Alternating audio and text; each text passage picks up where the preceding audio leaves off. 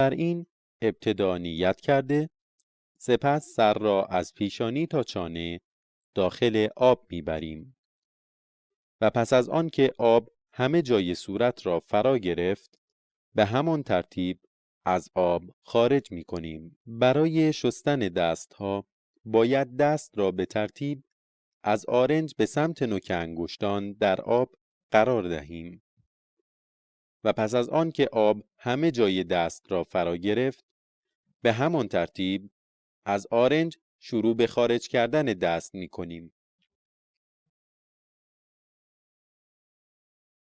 بعد از شستن دست راست و چپ، مسح سر و پاها را به طور معمولی انجام می دهیم. یکی از مواردی که وضوی ارتماسی مفید است، در جایی است که در یکی از اعضا زخمی وجود داشته باشد که خون آن متوقف نمی شود. در این حالت پس از اینکه نوبت به آن عضو رسید، خون آن را در آب کر پاک نموده، قبل از اینکه دوباره خون بیرون بیاید، عضو را به صورت ارتماسی شسته روی آن را می گیریم و وضو را ادامه می دهیم.